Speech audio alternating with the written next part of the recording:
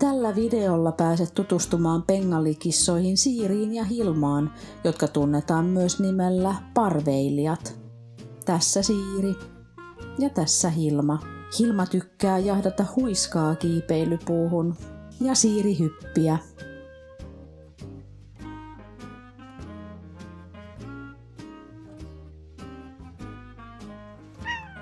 Hilmalla on siniset silmät, vähän tummempi turkki ja sen takapuolessa on ruusuketäpliä. Siirillä on vihreät silmät, sen turkki on keltaisempi ja sen hännässä on raitoja.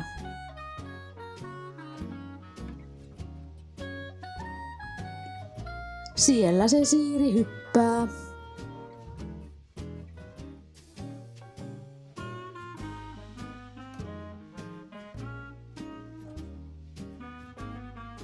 Ja Hilma saa saaliin.